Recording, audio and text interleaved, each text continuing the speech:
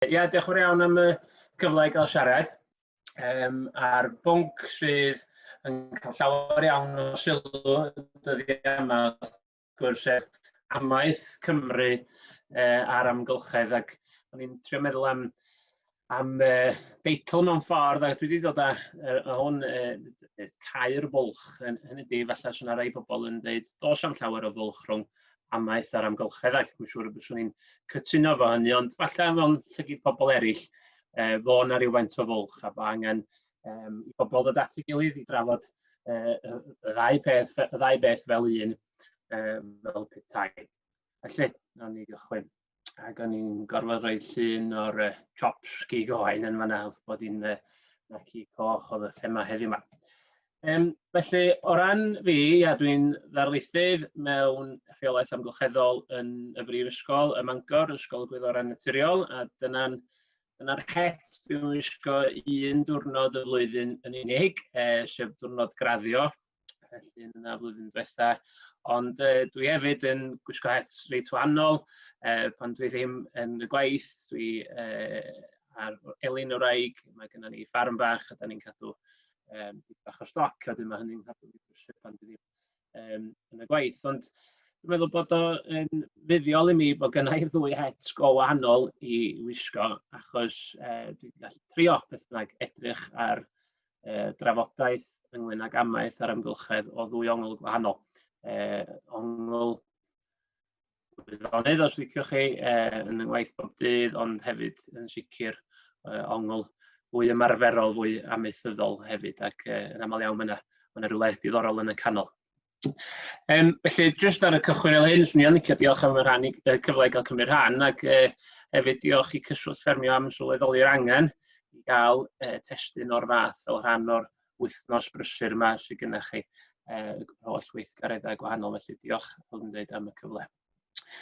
Felly, caer bwlch oedd yr teitl o'n i wedi roed ar y dechrau, ond fel o'n i'n dweud, falle does a ddim llawer o fwlch. Mae amaeth a'r amgylchedd yn un, mae'r naill wrth gwrs yn effeithio'r llall, ac mae o'n un cylch sy'n mynd rownd a rownd a rownd, ac mae'n amhosib gwahanu y ddau, ond yn sicr da ni gyd yn ymwybodol fel amaethwyr, fel mae'r tywydd a'r hinsawdd ag ati yn gallu effeithio ni. Da ni'n gwybod bod gennym ni briddoedd gwahanol a'r ffermydd gwahanol. Mae'n yn rhywbeth amgylcheddol na allwn ni wneud llawer amdano fo. Mae hynny'n ei dro yn effeithio ar y system amaethyddol da ni'n weld. A dwi'n mynd ymlaen i restru'r holl ffyrdd mae'r amgylchedd yn effeithio amaeth. Ond efallai, swn i'n hoffi trafod yn fwy heno yma sut mae amaeth yn effeithio'r amgylchedd. Edrych arni o bersbectif ychydig yn wahanol felly. A dwi yn meddwl bod gan Gymru stori dda i'w dweud. Yna lawer iawn o amaethu sy'n ymlaen yma yng Nghymru, dwi'n siŵr bod o gyda mwyaf blaenllaw ydwch chi gael yn y byd. Mae yna storion positif iawn, mae yna amaethwyr sydd yn ar flaen y gad mewn llawer ffyrdd felly. Ond wrth gwrs, fatha unrhyw sector, boed chi'n rhedeg garej, neu'n rhedeg siop, neu'n athro, neu'n ddoctor, neu be bynnag, fedrwn ni wastad wneud yn well. Does ar un sector sy'n aros yn un fan, os da ni'n aros yn un fan, da ni i bob pwrpas yn mynd yn hola. A dwi'n meddwl bod hyn yn bwysicach nag erioed rwan o gysidro yr holl drafod sy'n ar holl sylw mae amaeth a'r amgylchedd yn ei gael. Mae'n bwysig iawn iawn.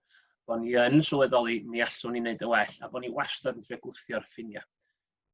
Ac wrth gwrs, da ni gyd wedi gweld straeon a'r lluniau, a'r newyddion ac yn y blaen o'r protestiadau gafodd eu harwain gan gwrthryfel dyfodiant yn y flwyddyn a hanner diwetha yma. Does o ddim amheuaeth mae o'n cael sylw aruthrol rwan, bod mae yna bobl wedi bod yn poeni am mae'r byd yn mynd ac am newid hinsawdd a cholli bai amrywiaeth ag ati ers degawdau.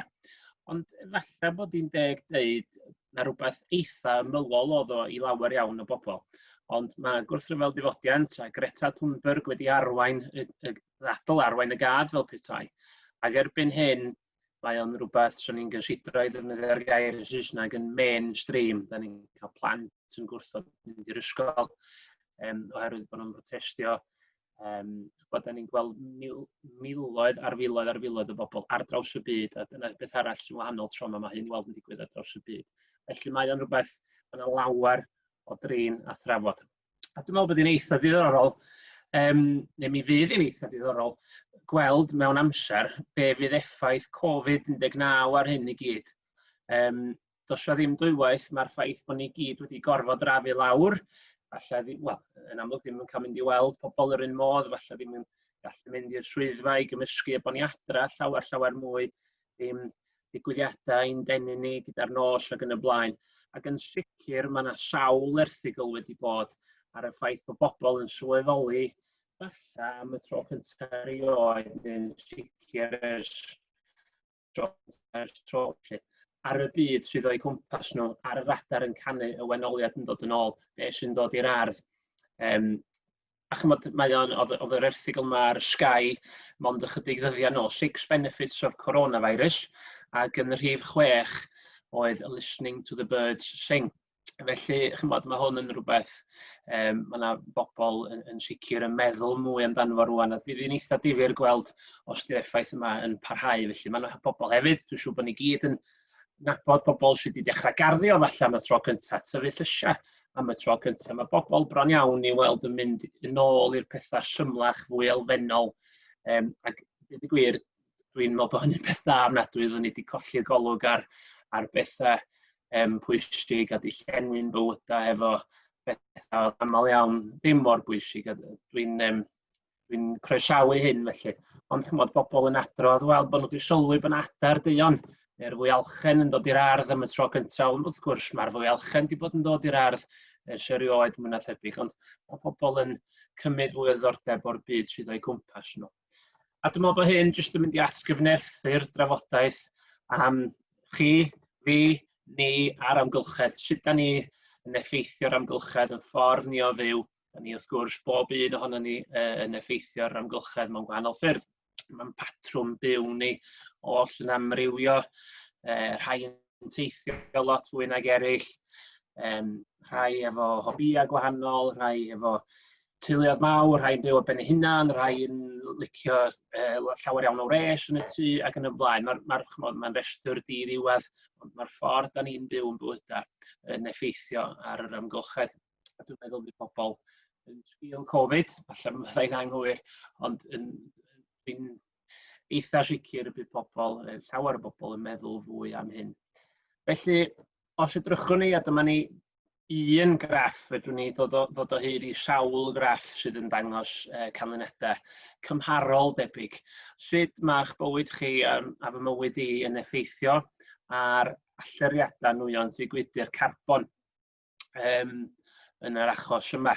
Wel, mae hwn wedi sgwennu yn eitha syml, y pethau dyn ni'n brynu, y stuff we buy, how we move, lle da ni'n mynd, a sut da ni'n mynd, da ni'n hedfan lot, da ni'n mynd llawer yn y car, yr ynni neu'r egni da ni'n ddefnyddio i gresu'n tai, ac i goginio bwyd ac yn y blaen, a wedyn 13% y pedwerydd mwyaf o'r graff pay yna ydy be da ni'n fita.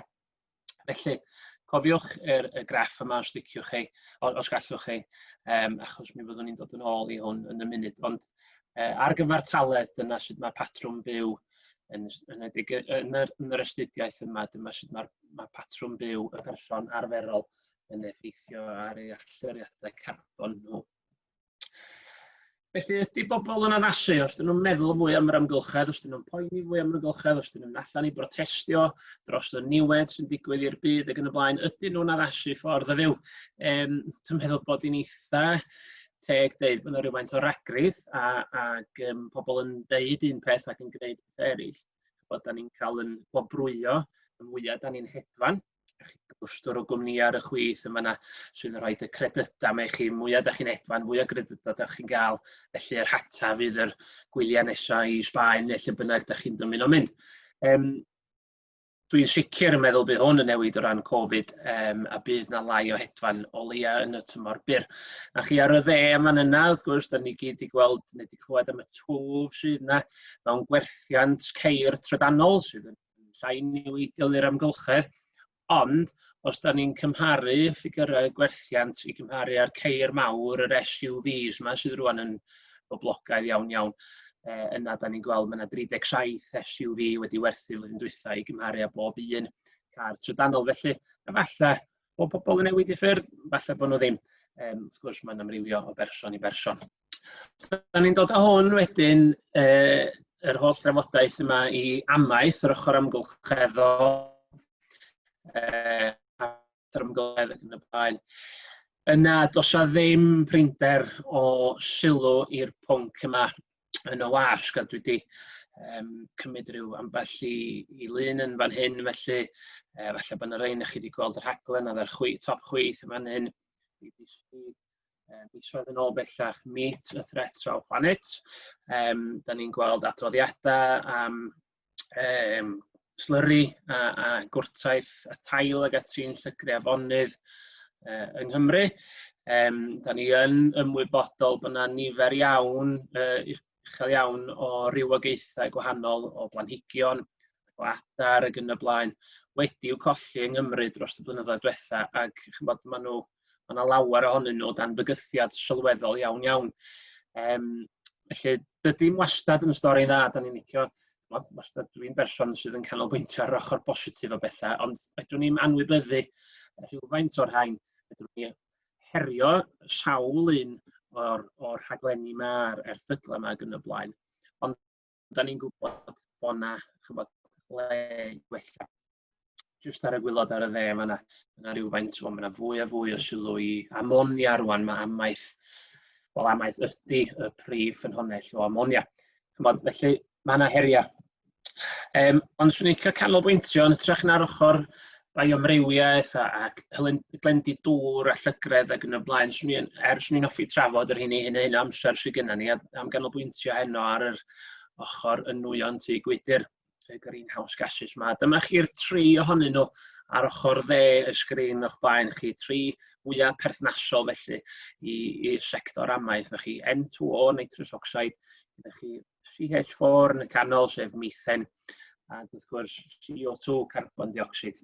Dwi'n siŵr bod chi wedi clywed am y 3 ohonyn nhw, yn enwedig carbon dioxide a methen. Eitha bach ydy faint o carbon dioxide sydd yn dod o'r systema amaethyddol sydd gennym ni yng Nghymru. Eitha bach I bob bwrpas. Ond mae sector cicoch a'r sector llygwrs mae'r anifeiliaid hynny'n cynhyrchu methen pan maen nhw'n treulio'u bwyd. Maen nhw'n gwneud hynny'n hollol naturiol wrth i'r bwyd gael ei dorri lawr gan y microba sydd yn y system dreulio. Mae'r methen yn cael ei ryddhau ac dwi'n chymod, fedrwn ni falle, yn ddod ni at hyn yn y munud, falle fedrwn ni leihau faint o methen sy'n cael ei ryddhau. Ond I bob pwrpas proses naturiol ydy hi a does am posib newid hynny. A chi'r un ar y top, oxide nitrous neu nitrous oxide. O le mae hwn yn dod? Wel, pan da ni'n gwrteithio'r tir, mae yna rhywfaint o'r nitrogen sydd yn y gwrtaeth, boed hwnnw'n wrtaeth artiffisial neu'n organig, hynny ydyw gwrtaeth chi'n bod mewn bag, neu pan mae anifail yn ysgarthu yn gwneud dŵr neu'n tail ar y tir, wrth gwrs mae yna nitrogen yn cael ei ryddhau, a mae yna rhywfaint o'r nitrogen hwnnw wedyn yn cael ei ryddhau fel nitrous oxide. Mae'n mynd mewn i'r pridd, eto bacteria yn y pridd, yn mynd drwy sawl proses a mae yna rhywfaint o nitrous oxide yn cael ei ryddhau. Rwan ta, a dwi'n mynd I fynd I lawer o fanylder am y gwyddoniaeth yn yma, ond mae'n bwysig bod ni'n, achos da ni'n clywed y terma yma hyd, a falle da ni'n bob tro yn sylweddoli. And we don't always realise or fully understand the problem because often we consider that those people who often talk about the problems that they don't fully understand the situation themselves. It is important. Just I sylweddoli rhywfaint o'r ffeithiau fwyaf pwysig mwyn I gael cyd-destun. Felly, y broblem efo nitrous oxide a methen ydy maen nhw'n nwyon tŷ gwydr cry, pwerus. Felly mae cymharol chydig o nitrous oxide a methen yn gyfystyr a yn gyfatebol a dipyn go lew o CO2. I roed y ffigurau chi, mae nitrous oxide rhyw 300 gwaith yn gryfach na CO2 fel nwy tŷ gwydr, a mae methen rhyw 25 gwaith yn gryfach na CO2 fel nwy tŷ gwydr. Felly, os ydy'n systema amaethyddol ni'n rhyddhau y ddau nwy tŷ gwydr yma, yna mi rydyn ni fel sector yn cyfrannu i'r i gynesu byd eang a newid hinsawdd. Byddwn ni at rhywfaint o'r atebion yn y munud, ond dwi'n meddwl bod yn bwysig cael y cyd-destun yn iawn yn y cychwyn fel hyn. Felly, mynd yn ôl i'r graff peina, lle oedd bwyd yn cyfri am 13% o'r effaith chi a fi ar yr amgylchedd, yn ôl yr astudiaeth yn America. Bod o'n i'n meddwl bod y llun yma'n lun eitha da. Yn diet ni yn effeithio yr amgylchedd. Mae'n bwysig iawn cydnabod ydy. Dwi'n siarad efo lot o ffarmwrs. Ffarmwr yn hyn, dyna nghefndir i, dyna'r ardal amaethyddol dwi'n byw ynddi. Weithiau dwi yn clywed amaethwyr bron iawn yn dadlad i hyn yn wir felly, ond yn dimau o dyma di'r effeithiau gwyddonol, fedrwn ni'n newid yr heini. Dwi'n meddwl bod dwi yn mynd i ddod yn ôl at hyn munud. Dwi'n meddwl bod o'n beth iach i'r sector amaeth yng Nghymru ac yn un llall yn y byd dweud dos a ddim problem. Da chi'n siarad nonsens o be angen taclo yr effeithiau amgylcheddol eraill sydd yn digwydd, ond yr hen ddywediad Saesneg ydy two wrongs don't make a right. Os oes gynna ni le a gallu fel sector i leihau rhywfaint ar yr allyriadau nwyon tŷ gwydr yma, wel, dwi'n meddwl bod eisiau ni wneud. Neu o leia ymdrechu i wneud. Da ni'n mynd i gael o'n iawn bob tro, ond o leia bod ni'n dangos bod ni'n ymdrechu i wneud. Felly mae'n diet ni yn effeithio'r amgylchedd. Ond yn newyddion calonogol positif ydy, mi allwn ni wneud llawer iawn i leihau yr rhain felly. Dwi'n mynd i ganolbwyntio ar y ddau yma na'r un seleb arall, ond Ariana Grande ydy honna ar y chwith, a Lewis Hamilton sydd ar y dde. Swn ni yn gallu llunio rhestr faith iawn o celebs, bobl enwog iawn dros y byd sydd yn hyrwyddo diet di-gig. Does o ddim prinder ohonyn nhw bod yn yr Oscars ac yn y blaen, mae yna rhain cymryd y cyfle yn aml iawn i hyrwyddo diet di-gig. Yn aml iawn fedrwn ni chwalu damcaniaethau'r bobl yma a herio nhw a dweud bod nhw'n rhagweithiol. A swn ni'n cytuno efo llawer ohonyn nhw, achos os ni gyd yn byw y bywyd, neu'r math o fywyd mae Lewis Hamilton yn ei fyw. Gobeithio diom di ymuno efo'r webinar heno neu fydd o'n hapus iawn efo fi. Ond os ni gyd yn byw y math o fywyd mae o'n fyw yna, sa'r byd wedi ddinistrio ers sawl canrif bellach. Dydyn nhw ddim yn bobl ddilyn esiampl mewn bob ffordd, ond rhoi hynny gyd ar neilltu, mae lawer o bobl yn gwrando ar beth sydd gennyn nhw i ddweud. Mae gennyn nhw ddylanwad rhwng y ddau ohonyn nhw, mae nhw bell dros 200 miliwn o bobl yn dilyn rhain ar y cyfryngau cymdeithasol ymhell dros hynny. Felly, bod ni'n cytuno neu'n anghytuno, a swn i'n feddwl na anghytuno fydd rhan fwyaf ohono ni sy'n gwrando hyn yma, efo'r bobl yma, lle like it or lump it, fel mae Rais yn dweud, mae gennyn nhw ddylanwad. Felly, mae rhaid dangos bod ni'n gwneud rhywbeth i herio yr hyn sy'n cael ei ddweud. Felly, falle bod bobl yn mynd i hedfan llai, falle bod bobl yn gweithio adra fwy yn lle mynd yn y car, falle fydd bobl yn prynu gyd trydanol, a falle fydden nhw'n gwneud 100,000 o beth eraill i drio lleihau i effeithio amgylcheddol. Os ydyn nhw'n credu bod diet a be maen nhw'n ddewis i fita yn cyfrannu at i effeithio amgylcheddol nhw, yn enwedig os ydyn nhw'n gwrando ar negeseuon fel hyn, felly ydyn nhw'n mynd i feddwl mwy am be maen nhw'n rhoi ar eu plat. Wel, yn fyr iawn, mae'n debyg bod na leihau ar faint o gig coch sy'n cael ei fita. Mae yna rhywfaint o ffigurau wedi cael yma gyn cantar World Panel gwaith ymchwil ar enw 2018. Un o bob 20 person yn llysieuwr ym Mhrydain. Un o bob 3 pryd bach mwy erbyn hyn yn bryd di-gig, prydau gyda'r nos, ag 2 o bob 3 tŷ erbyn hyn yn prynu bwydydd di-gig, meat-free. Os ydych chi'n gofyn pam bod bobl yn lleihau ar faint o gig maen nhw'n ei fita, un o'r 3 prif reswm ydy, maen nhw'n meddwl mae dyma'r peth iawn i wneud yn amgylcheddol. Iawn, felly am y sleid yma yn unig, mae werth canolbwyntio ar y sgwrs yma, achos mae bobl yn cwsmeriad ni yn lleihau faint o gig maen nhw'n ei fita oherwydd maen nhw'n meddwl na dyna ydy y peth iawn i wneud yn amgylcheddol. Oedd chi'n cytuno efo nhw, neu'n anghytuno efo nhw, tough i bob pwrpas, achos hein di'n cwsmeriad ni.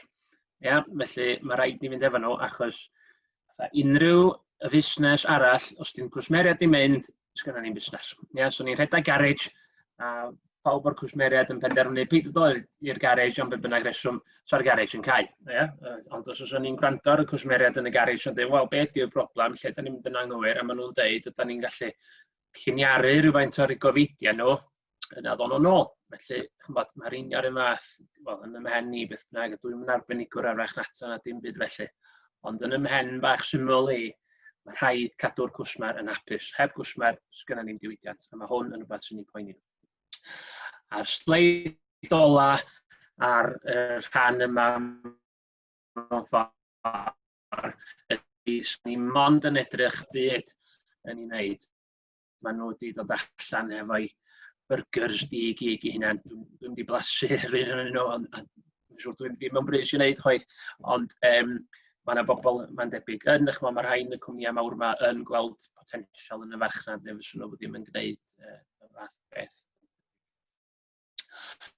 Felly, dwi'n meddwl bod hyn hynod bwysig, falle, bod chi'n anghytuno efo fi, gawn ni weld yn y cwestiynau yn y diwedd, ond heb gwsmeriad, sgynna ni ddim byd. Wrth gwrs, mae yna ni hefyd llywodraeth. Pwrpas y llywodraeth ydy llywodraethu, a gwneud yr rheolau, a dweud be mae pobl yn cael wneud, a be mae pobl ddim yn cael wneud. Ac wrth gwrs, mae yna bwysau ar Lywodraeth Cymru a phob llywodraeth arall i bob pwrpas felly. Sydd wedi ymrwymo i gytundeb Paris 5 mlynedd yn ôl erbyn hyn. Maen nhw wedi arwyddo cytundeb i bob pwrpas i leihau i allyriadau nwyon tŷ gwydr, ac mi gan o ddirwy os na nhw ddim cyrraedd. Wedyn, da ni'n gweld adroddiadau megis hwn ar y dde fan hyn, land use, reducing emissions and preparing for climate change. So dyma lle mae'r ddadl yma yn dechrau mynd yn hynod o berthnasol i'r sector amaeth.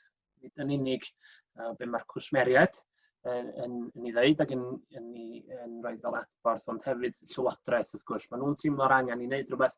Mae sut da ni'n rheoli tir yn mynd i fod yn ran o'r ateb o ran cyrraedd heriau targedau Paris 2015. Felly, dwi'n meddwl bod eisiau gwrando ar y llywodraeth, mae'n rhaid i ni, nhw di'r llywodraeth, ond mae hefyd angen gwrando ar y gwsmeriad, felly mae'r pwysau o'r top, o'r llywodraeth sy'n edrych lawr, ac o'r gwylod hefyd, sef y cwsmeriad, a da ni'n hollol ddibynnol ar y ddau i bob pwrpas. Felly, dwi ddim yn meddwl, falle swn i'n licio gwneud hyn, ond dwi'n yn meddwl bod hyn yn opsiwn, achos dydy'r ddadl yma ddim yn mynd i fynd i ffwrdd, os rhywbeth mae'n mynd i ddwysau.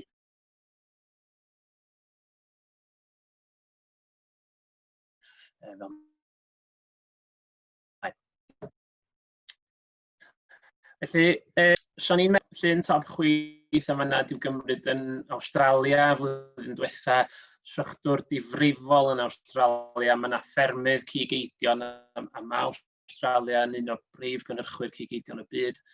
Mae yna filoedd o hegeri, degau filoedd mae'n debyg, os nad yn barod, ydy ffermio neu amaethu cig-eidion jyst ddim yn bosib yna oherwydd y diffyg glaw.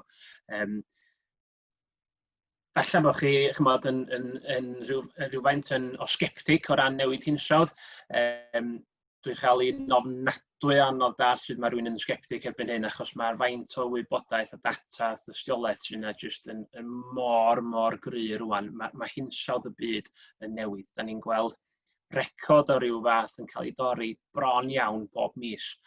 So ni'n mond yn meddwl am y 7 mis da ni wedi gael eleni, mae wedi mynd o'r gaeau glypa i'r gwanwyn sycha, i'r mis fwyaf heilog ac yn y blaen. Mae'n jyst yn ddiddiwedd. Mae'r 3 llun arall yna o Gymru ac o Brydain, sychdwr mawr 2 flynedd yn top ar y neges Gorffennaf a llifogydd mis Chwefror, storm Cira ag ati. Dwysedd y llifogydd mae'n yn waith, pa mor aml maen nhw'n digwydd hefyd i weld yn cynyddu. Felly mae newid hinsawdd i weld yn digwydd, bo' chi'n Awstralia neu ym Mhrydain neu yng Nghymru, ac dim ond chydig oriau nôl nes I gael e-bost gan NFU Cymru.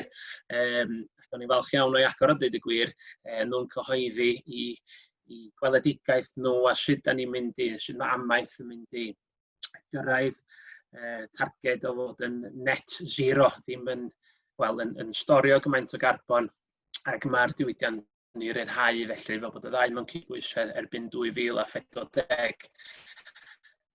Tip o her, ac mae werth nodi, mae'r her mae NFU wedi'w roed I chi, I ni, fel diwydiant, fel sector, llawer iawn yn uwch na'r her mae Llywodraeth Cymru yn ei roed I ni. Mae Llywodraeth Cymru fod targed o 95% erbyn 2050.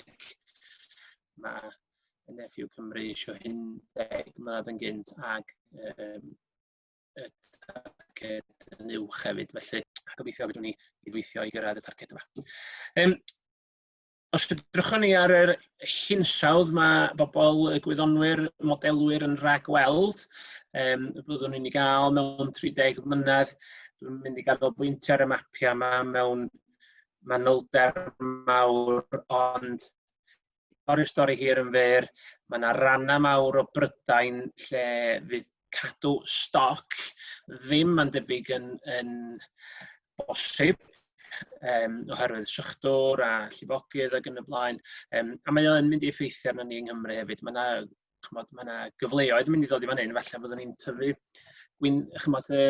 grawnwyn ag ati, mae'r sector sydd yn sicr yn tyfu fel sector amaethyddol yn Lloegr, wel falle fydd hynny I weld yng Nghymru hefyd. Ond dyma'r rhagweledigaethau, dyma mae'r modelau yn deitha ni, gawn ni weld mewn webinar arall mewn 30 mlynedd os fydd yn wedi bod yn iawn neu ddim, ond dyma mae'r dystiolaeth yn arwain I gredu ar hyn o bryd. A wedyn wrth gwrs, os da ni'n cael fwy o lifogydd, fwy o sychdwr, ac yn y blaen mae amaethu.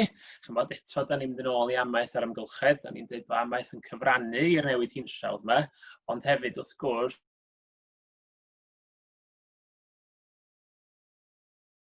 os oes unrhyw sector amaeth ydi hwnnw, bod mae'n anodd iawn amaethu pan mae'r tywydd yn mynd yn eithafol iawn, yn aml iawn.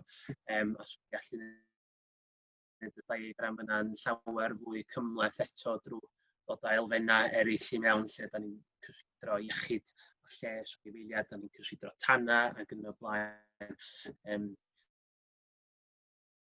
Eitha cymhleth, ond mae'r rhain I gyd yn effeithio gilydd.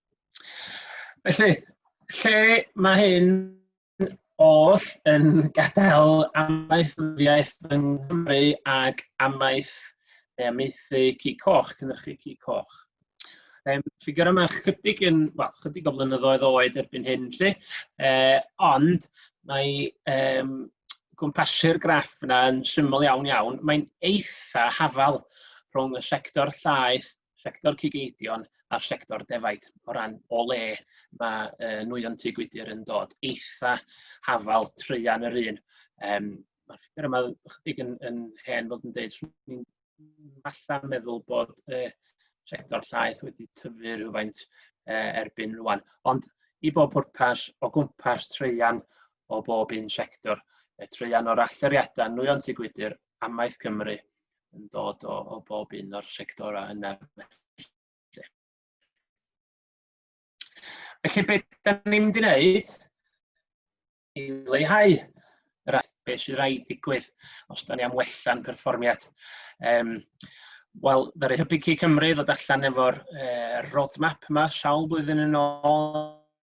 Dwi'n gwybod ar hyn o bryd maen nhw wrthi'n ysgrifennu y roadmap nesaf. Dwi'n gwybod bod gen creu alluriadau carbon, gweithgareddau sydd yn mynd I arwain at leihau alluriadau carbon. Felly mae'n dda gweld, wedi cysidro di enw yn Cymru eisoes, felly mae'n dda gweld asiantaethau cyrff holl bwysig yn sector ni yn arwain ar hyn, lle, achos diolch yn mynd i ddigwydd o'n ei hun, mae'n beth da iawn bod nhw'n bobl hefo nhw ar y daith. Felly, gyntaf oll, cyfrifo ôl-troed carbon ffermydd, rhywbeth da ni gyd i glywed amdano fod yn siŵr, ond be ydi o? Dyma chi lun dafad ar ganol y sgrin yma hyn, ac os da ni eisiau dod ar eich ffarm chi i fesur ôl-troed carbon y ffarm, da ni'n gwneud hyn ar hyn o bryd ar 20 o ffermydd rownd Cymru, hefo Hybu Cymru, neu mewn cydweithrediad hefo nhw. I bob pwrpas, be da ni'n neud ydy edrych ar y mewn bynnau i gyd, da chi'n gweld farm inputs ar y chwith yn fan yna. Da ni'n edrych ar y system yn y canol, a da ni'n edrych ar yr all bynnau i gyd. Bob un o'r mewn bynnau yna, boed o'n drydan, neu'n wrtaith, neu'n galch, neu'n ddwysfwyd, mae yna gost carbon iddyn nhw. Fatha mae gennych chi gost economaidd iddyn nhw.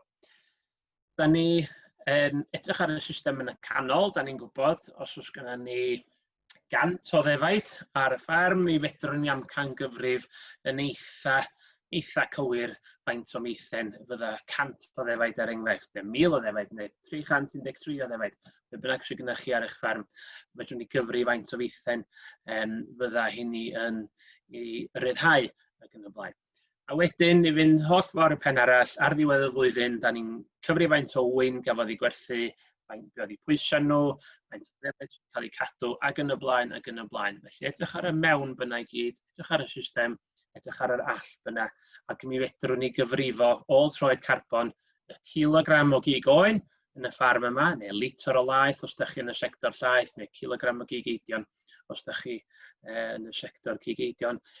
Ac mi allwn ni gyfrifo fo i bob hectar o dir neu i'r ffarm yn ei chyfanrwydd felly. Ond dyna ydy mesur ôl-troed carbon i bob pwrpas. Cyfrifo mewn byna a'r all byna a'r cost carbon sydd yna o'r rheini felly. Felly mae hyn yn andros o bwysig achos os da chi eisiau gwybod sut mae symud ymlaen, sut mae gwella, wel rhaid chi wybod lle ydych chi arni yn y cychwyn.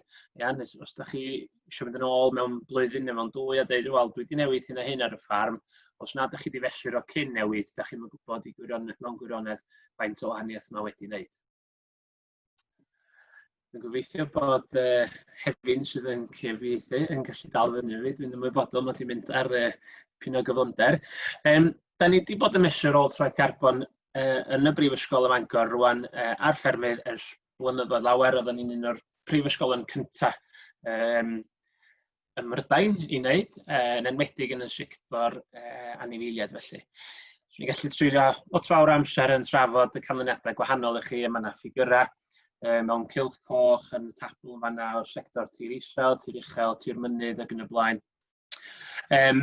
Cyfartaledd ydy'r hynna yn y fanna. Mae cyfartaledd wastad yn ddefnyddiol ac yn ddiddorol, yn llawer fwy diddorol ydy'r gwahaniaeth.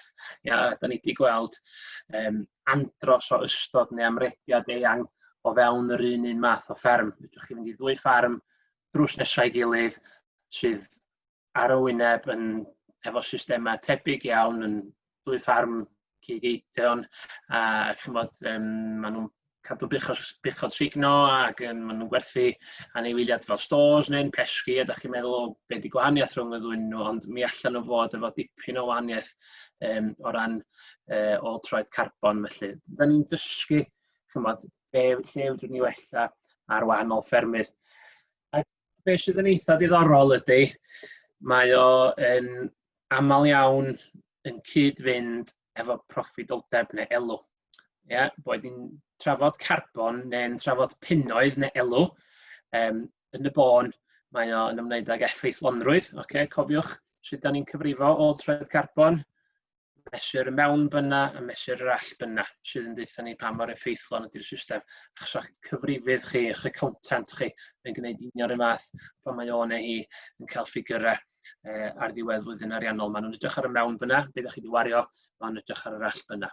A da ni'n gwybod am yna un graff yn fan yna, be ydy'r ffactorau pwysica sydd yn effeithio ar ôl-troed carbon ffermydd ac efallai wneud proffidoldeb neu elw ffermydd hefyd. Felly, mae hwnna'n neges bwysig sy'n licio chi gael yn yma. Mae carbon a punnoedd yn aml iawn yn cyd-fynd.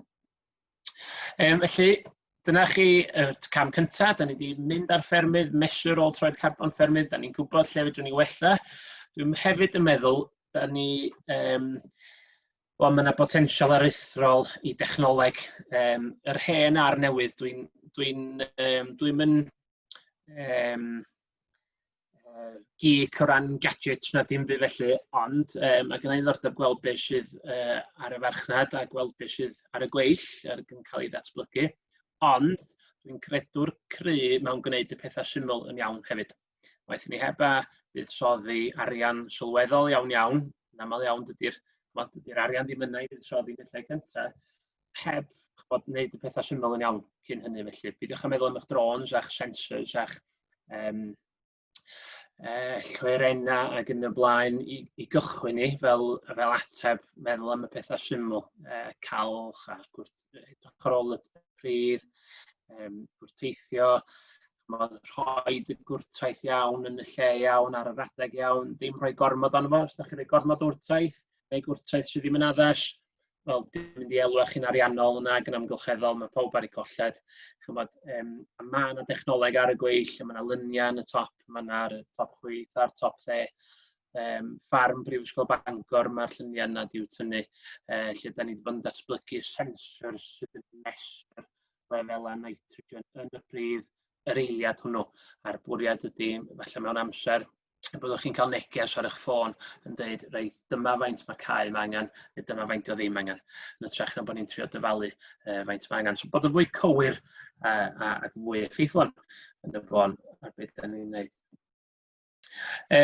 Chymod, profi pridd ar y top chwith, da ni'n anhygoel o lwcus yng Nghymru, fedrwch chi wneud o am gost bach iawn drwy cyswllt ffermio. Dwi'n siŵr se Elan yn gallu falle pwt am hynny yn y diwedd, ond mae profi pridd yn fel Sais yn dweud, yn no-brainer gyda i, mae o mor had. Yn fwy o syml allan ni'n gwneud i wella effeithlonrwydd.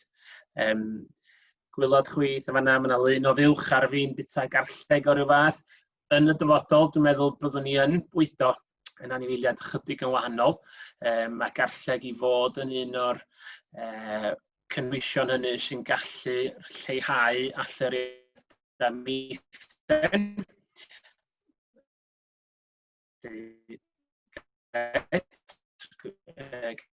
Felly bod yna ddim arogl ar y llefrith.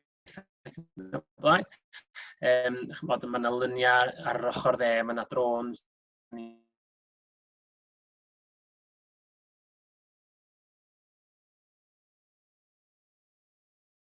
Mae'n technoleg yn carlamu'n i flaen yn y sector amaeth. Mae yna potensial anhygoel yma, ond dwi'n dal yn dweud mae eisiau gwneud y pethau elfen.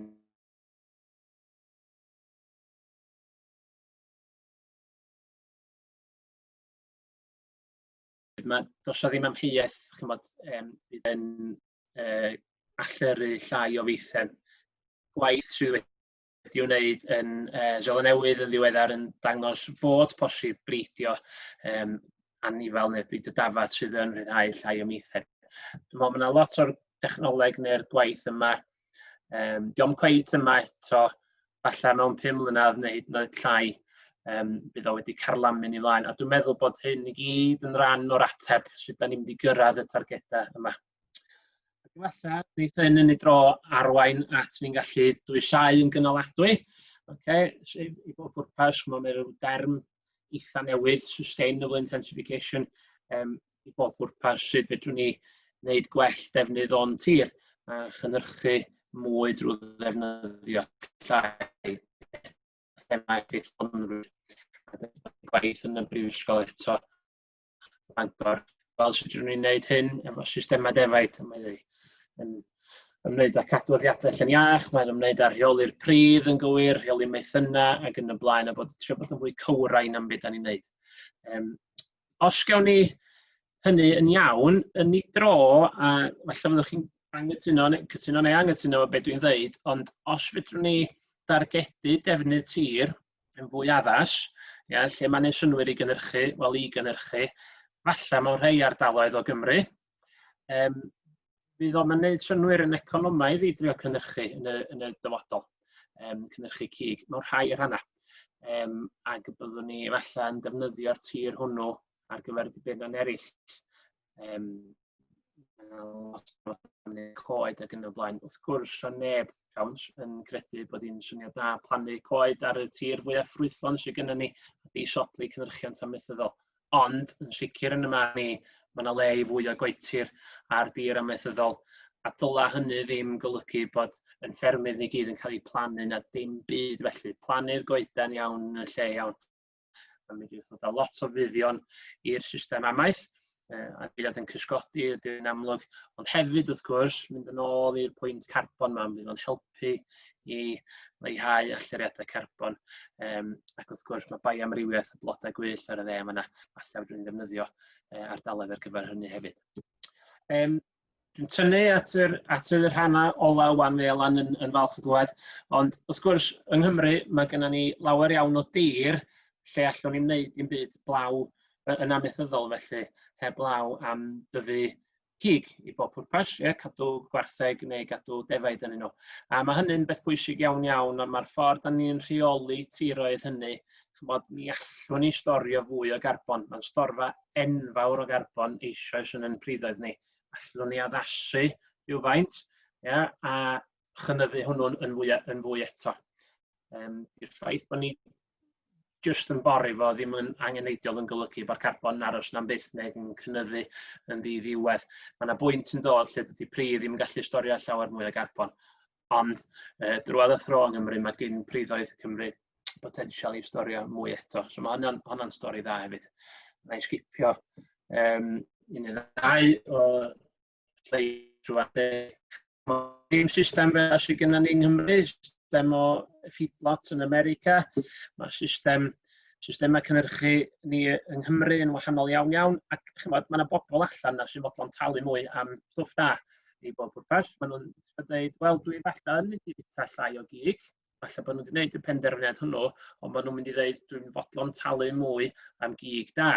Mae yna lot o drafod rwan am fewnforio cigeidion o America, CVR diw gloryneiddiog yn y blaen. Dwi'n mynd i fynd lawr y ffordd yna, ond i bob pwrpas yr un dadl ydy. Ydy bobl yn fodlon talu mwy am stwff gwell felly. A dwi'n meddwl bod ni eisiau byth cynhyrchu neu cystadlu ar bris efo Brasil, achos fedrwn ni byth, na nhw giro ni racs. Ond mi allwn ni farchnata i safon uwch am bod ni wedi cynhyrchu mewn ffordd sydd ddim yn newidiol i'r amgylchedd. Mae'r Gwyddelod eisoes yn gwneud hyn, maen nhw'n marchnata i cig drwy gynllun Origin Green sydd i gyd ymwneud a sut mae'r cig hwnnw wedi gynhyrchu mewn ffordd sydd yn gynaladwy ac yn y blaen. Ac o hwnna heddiw yma, chydig ddyddiau nôl, 93% of Irish farmers want to reduce their carbon footprint. Maen nhw'n mesur ôl-troed carbon bron iawn bob blwyddyn. Da ni yn bell o hynny yng Nghymru. Mae ffermwyr Iwerddon eisoes yn neud o. Maen nhw ar flaen ni, mae gennym ni waith dal i fyny. A da chi gyd yn gwybod, dwi'n siŵr pa mor dda di Iwerddon ar farchnata nhw hunan a'i cynnyrch. A does o ddim rheswm pam fellwn ni yng Nghymru wneud gystal os nad gwell job. Hanner dwsin o slides ar ôl. Wrth gwrs, mae yna newydd mewn polisi ar y gweill, felly teitl y sleid yna Troi her yn gyfle. Wel, mae yna gyfle marchnata yma, achos mi allwn ni farchnata yn cynnyrch fel y cynnyrch o safon uwch, ond dwi'n siŵr bod yna nifer yn ychydig matab i'r ymgynghoriadau dwytha o Lywodraeth Cymru, lle fyddan nhw efallai yn talu, neu mi fydd yna gynllun yn y dyfodol, fydd yn talu am faiamrywiaeth gwarchod y gorwchglen, yr lapwing fel da ni weld yn y llun yma yna, storio dŵr, storio carbon ac yn y blaen. Ac efallai bod hynny'n dir newydd, meddylfryd newydd, ac yn heriol, dwi'n meddwl, i dipyn o ffermwyr, ond dwi'n sicr yn meddwl fydd yna gyfleoedd da yma. Ac byddwn ni'n, mae angen i ni fod yn barod i fachu ar y cyfleoedd yma. Ac ola ar y pwynt yma, falle hyd yn oed bydd yna gwmnïau preifat megis Shell yn fodlon talu I chi ffermwyr storio I carbon nhw iddyn nhw. Mynd I nôl petrol neu diesel, da chi'n gweld hysbyseb neu nodyn de offering carbon neutral driving, a da chi'n meddwl sydd andros mae hynny'n gweithio. Ond mae cwmnïau megis Shell yn mynd I fod yn edrych I ffermydd storio I carbon nhw iddyn nhw. Felly, os oes gennych chi goetir, mae yna wbeth ar enw Woodland Carbon Code, os oes gennych chi dir mawnog, mae yna'r peatland code, a mae be di'r hynny mewn ffordd ydy ffordd o gael arian preifat I ffermwyr I storio carbon cwmnïau preifat ar eu tiroedd nhw. Felly, falle fydd yna gynlluniau gyn y Llywodraeth, ond falle'n wir, ond mae eisoes yn digwydd, mae yna arian preifat yn mynd I ddod I hyn hefyd. Ac yn ola, dysgu o'n gilydd. Dwi'n crediniwr cry yn hyn I gyd. Dwi'n meddwl bod yna sgôp aruthrol. Mae yna, fel ydych chi reit yn y cychwyn, mae yna ffermwyr ar flaen y gad. Dwi'n gyd wella. Ffarm ni adra, mae yna 100,000 o bethau fydwn ni'n gwneud yn well. Dwi'n gwybod hynny. A dwi'n bod ofn cyfadda hynny, dwi'n meddwl bod o'n beth cry deud, ia, ni dall y gellu gwell, mi allai wastad wneud yn well. A mae'r digwyddiadau, mae cyswllt ffermio ag ati yn drefnu, rhannu gwybodaeth, fydwn ni ddysgu gymaint o ddiwrth yn gilydd, a da ni wedi gwneud gwaith ymchwil sydd yn dangos potensial aruthrol hynny hefyd. Felly, edrych yn ôl ac edrych ymlaen, mae yna heriau newydd, mae yna heriau sy'n bodoli yma ers blynyddoedd, ond yn sicr mae yna rei newydd yma hefyd, a mae'r holl bwnc yma'n cael llawer mwy o sylw na mae erioed wedi gwneud ymlaen. Mae'r peth newid yn anorfod, dyn ni wedi sôn am newid polisi ag yn ymlaen eisoes. Dwi yn credu'n gry mewn buddsoddi mewn ymchwil ag mewn trosglwyddo gwybodaeth, pwynt dwi newydd ddeud yn fan yna.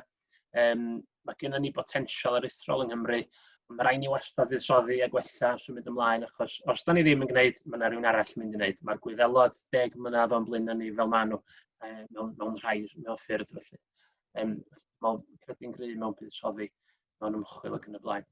Ac mewn sgwennu coch, achos bod o'n bwysig, mae yna fanteision go iawn yn bosib i'r diwydiant yma'n hyn lle effeithlonrwydd.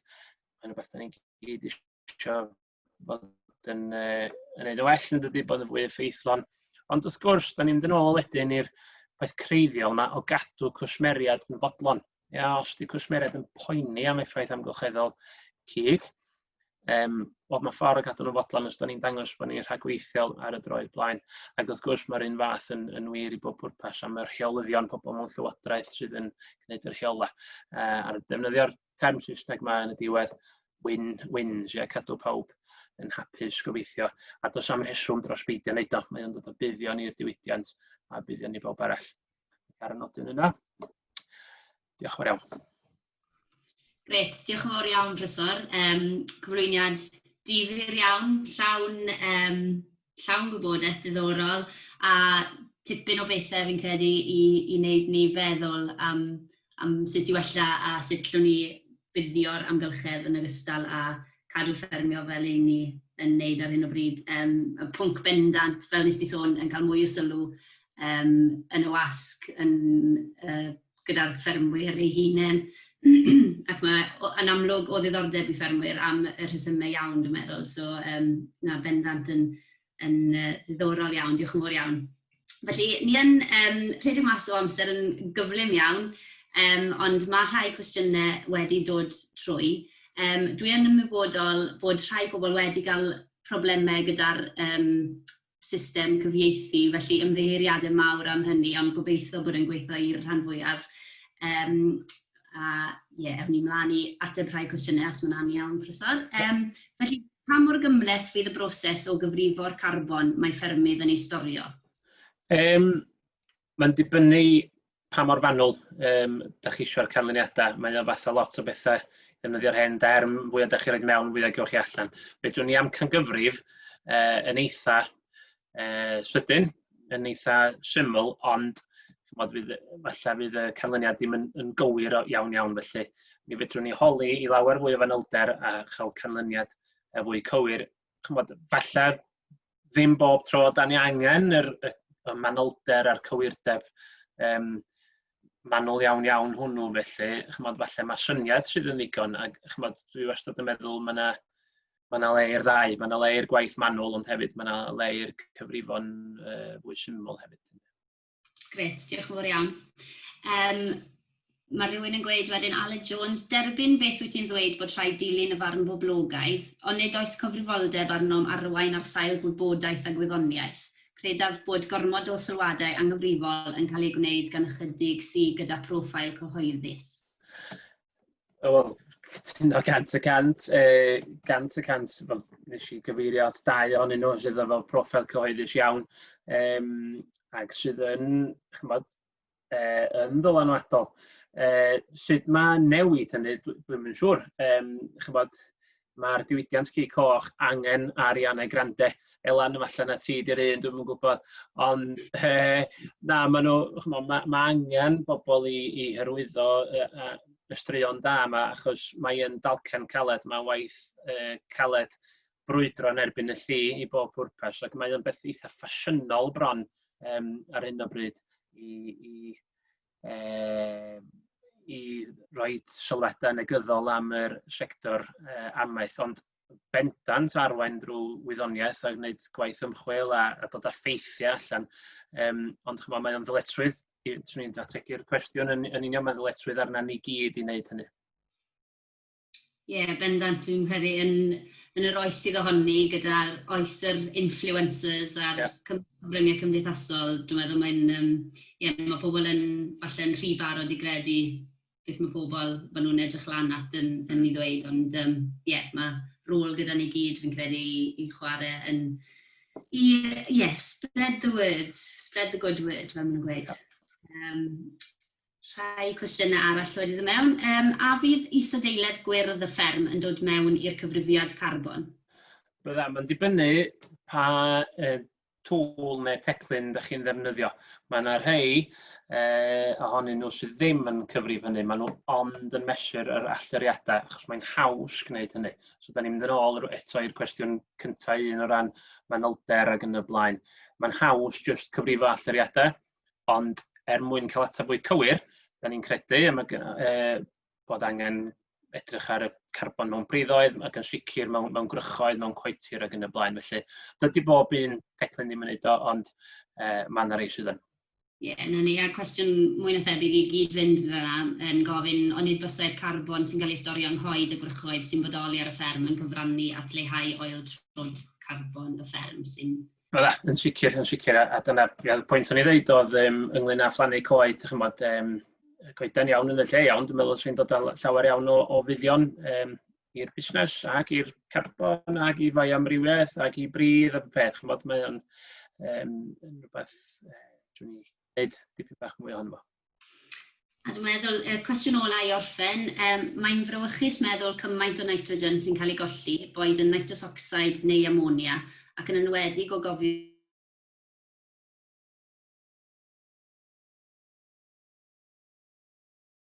oes technegau o ostwng y golled. Da iawn fyd. Yndi, mae o'n frawychus, da ni gyd yn gwybod bod mae gwrtaeth yn un o'r prif gostau, y rhan fwyaf ffermydd yn dydy heb unrhyw amgueddfa. A dydy gwrtaeth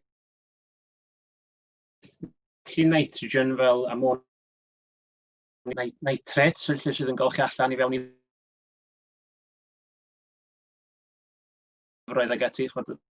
Mae'r poced chi fel busnes yn dioddef, achos da chi wedi prynu'r gwrtaeth i mewn am 280 y dunnell, neu be bynnag, a mae rhywun yn cael ei golli, ac wrth gwrs mae'n effaith amgylcheddol i hynny hefyd. Wedyn, mae o'n un o'r, chymod i ddefnyddio'r term Saesneg, no-brainers, mae'n rhaid i ni erbydd yr amgylchedd ac erbydd busnes, mae'n rhaid i ni drio lleihau faint o nitrogen sy'n cael ei golli.